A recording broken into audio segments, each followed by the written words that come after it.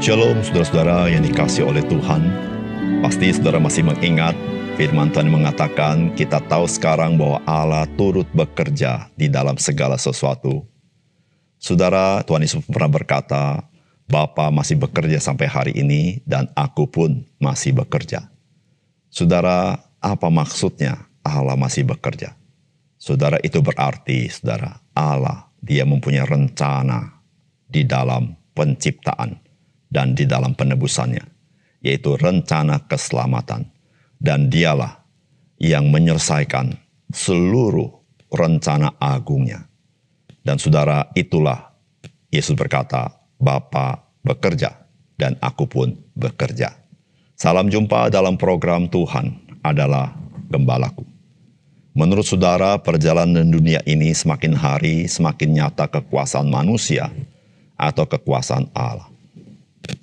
Jikalau kita merunut sejarah itu secara pendek, maka kita hanya melihat bahwa kekuasaan manusialah yang semakin nyata daripada kekuasaan Allah.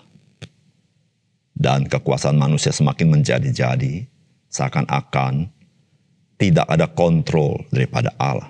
Namun saudara, ketika kita merunut sejarah lebih jauh ke belakang, maka kita baru bisa menyaksikan dengan mata kepala dan pendengaran kita bahwa sesungguhnya kekuasaan Allah itu semakin nyata. Baik dari sisi kekuasaan dan kekuatan negara-negara yang beralih yang sebelumnya tidak pernah terpikirkan. Baik dari sisi ledakan religiusitas umat manusia, ternyata begitu banyak manusia di dunia ini percaya kepada Injil, baik melalui jalan yang konservatif maupun sekarang dengan jalan teknologi. Saudara, keterbukaan menjadikan Injil melanglang buana dan menyentuh hati-hati manusia yang kosong apapun latar belakang manusianya. Karena hanya Kristus yang dapat mengisi kehampaan jiwa manusia. Saudara, mari kita membaca Markus pasal 4 ayat 26 sampai dengan 34. Lalu kata Yesus, beginilah hal kerajaan Allah itu seumpama orang yang menaburkan benih di tanah. Lalu pada malam hari ia tidur dan pada siang hari ia bangun dan benih itu mengeluarkan tunas dan tunas itu makin tinggi. Bagaimana terjadinya tidak diketahui orang itu. Bumi dengan sendirinya mengeluarkan buah. Mula-mula tangkainya lalu bulirnya, kemudian butir-butir yang penuh isi dalam bulir itu. Apabila buah itu sudah cukup masak, orang itu segera menyabit sebab musim menuai sudah tiba. Katanya lagi, dengan apa hendak kita membandingkan kerajaan Allah itu? Atau dengan perumpamaan manakah hendaknya kita menggambarkannya? Hal ihwal kerajaan itu seumpama biji sesawi yang ditaburkan di tanah. Memang biji itu yang paling kecil daripada segala jenis benih yang ada di bumi. Tetapi apabila ia ditaburkan, ia tumbuh dan menjadi lebih besar daripada segala sayuran yang lain dan mengeluarkan cabang-cabang yang besar sehingga burung-burung di udara dapat bersarang dalam naungannya. Dalam banyak perumpamaan yang semacam itu, ia memberitakan firman kepada mereka sesuai dengan pengertian mereka.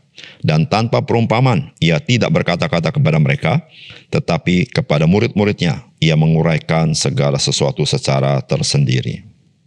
Saudara yang dikasihi oleh Tuhan, sekarang ini ada orang-orang yang senang untuk berlomba terkait dengan kuantitas. Dan kita melihat kenyataan bangsa-bangsa yang dulu dianggap sebagai masyarakat Kristen, namun sekarang kita menyaksikan sudah merosot. Terjadi ledakan religiusitas yang lain. Dari satu sisi, ada juga kelompok yang berusaha untuk menekan kekristenan, baik secara aturan maupun secara kekuasaan, bahkan dengan cara-cara penindasan yang tidak terpuji. Saudara, apakah rencana keselamatan Tuhan dapat digagalkan oleh zaman seperti ini? Saudara, apakah pesan firman Tuhan? Yang pertama, saudara, kerajaan Allah itu berkembang, dikerjakan oleh kuasa Tuhan. Saudara, firman Tuhan berkata, beginilah hal kerajaan Allah itu, seumpama orang menaburkan benih di tanah, lalu pada malam hari ia tidur, dan pada siang hari ia bangun, dan benih itu mengeluarkan tunas, dan tunas itu makin tinggi, bagaimana terjadinya tidak diketahui orang itu. Saudara, ketika Tuhan Yesus berbicara tentang kerajaan Allah, yaitu kedatangan Kristus ke dalam dunia yang merupakan permulaan daripada kerajaan Allah, yaitu saudara-saudara di mana Allah menyatakan kuasa kedaulatannya. Saudara, bagaimana dia berkembang? Alkitab katakan digambarkan seperti orang yang menaburkan benih di tanah. Dan pada malam hari dia tidur, besok siang benih itu sudah mengeluarkan tunas dan terus bertumbuh. Dan orang itu tidak tahu bagaimana bisa terjadi seperti itu. Saudara, dari hal-hal yang kita anggap natural, kita pun tidak ngerti bagaimana itu terjadi. Karena di dalam kenaturalan segala sesuatu, ada Allah yang supranatural yang memberikan hidup. Saudara, demikian juga dengan kerajaan Allah. Saudara, kerajaan Allah bukan dengan kuat dan gagah manusia, tetapi oleh pekerjaan Allah. Saudara, kerajaan Allah tidak tergantung oleh manusia. Tidak tergantung oleh kuantiti atau kuantitas. Tetapi tergantung kepada Tuhan Allah yang di atas segala sesuatu. Sehingga saudara-saudara, kita tidak mengerti bagaimana kerajaan Allah itu terus berkembang, melebar ke sana sini. Dan Tuhan yang bekerja di dalam segala sesuatu. Ada orang-orang yang begitu menentang akan Injil, begitu keras kepada Injil, yang tidak mungkin dia boleh menerima Injil. Tetapi saudara, kuasa kerajaan Allah itu melampaui batas-batas seperti itu. Dia menembus sampai lubuk hati terdalam, sehingga orang tersebut pada akhirnya dia membuka hati kepada Injil dan bersyukur dia boleh menerima Injil. Saudara, ada begitu banyak kesaksian yang melampaui akal budi kita, bagaimana mungkin itu terjadi. Tetapi saudara, itu terjadi karena kerajaan Allah itu berbicara tentang kuasa Allah yang maha dahsyat itu, yang tidak dapat dibendung oleh siapapun, oleh kuasa manapun. Yang kedua, saudara, kerajaan Allah itu diawali dengan skop yang kecil, namun dia akan terus berkembang, melebar, meluas ke pelbagai pelosok dunia ini. Saudara, firman Tuhan berkata, hal kerajaan itu seumpama biji sesawi yang ditaburkan di tanah. Memang biji itu yang paling kecil daripada segala jenis benih yang ada di bumi. Tetapi apabila ia ditaburkan, ia tumbuh dan menjadi lebih besar daripada segala sayur yang lain, dan mengeluarkan cabang-cabang yang besar, sehingga burung-burung di udara dapat bersarang dalam naungannya. Saudara, Tuhan Yesus menggambarkan kerajaan Allah itu, saudara-saudara, dengan benih. Atau sekarang ini ada biji sesawi. Saudara, kita bisa mendapat gambaran-gambaran yang lain tentang sesuatu yang mulai dari kecil lalu mempunyai pengaruh yang besar. Tetapi Tuhan Yesus memberi gambarannya adalah benih. Saudara, sangat menarik sekali. Saudara, ketika berbicara benih, saudara berbicara tentang ketika dia bertumbuh, dia menjadi berkat bagi banyak orang. Di situ dikatakan ketika sesawi itu bertumbuh dengan besar, maka burung-burung di udara dapat bersarang dalam naungannya. Saudara, kekuasaan, pengaruh, perkembangan dari sesuatu bisa bersifat negatif atau destruktif.